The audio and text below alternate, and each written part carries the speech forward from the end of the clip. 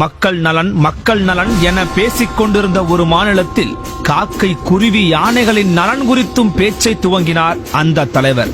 அப்போதுதான் இவர் வழக்கமான அரசியல்வாதி இல்லை என்று இளைஞர்கள் இன்னும் சற்று கூடுதலாக அவர் பக்கம் திரும்பினார்கள்.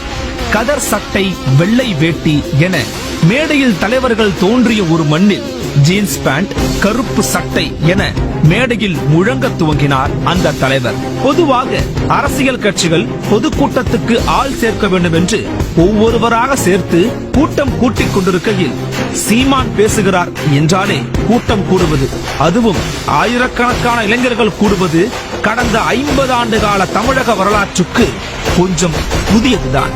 இதற்கு காரணம் என்னவென்றால் சீமான் முன்வைக்கும் மக்களின் முழக்கம்தான்.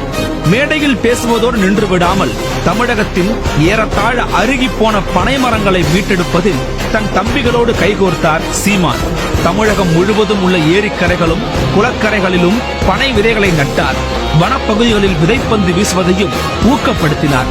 நாம் தமிழர் கட்சியினர் தன்னார்வ அமைப்புகளோடு சேர்ந்து சுத்தப்படுத்தி தூர்வாரிய ஏரிகளும் குளங்களும் தமிழகத்தில் நூற்றுக்கணக்கில் இருக்கும்.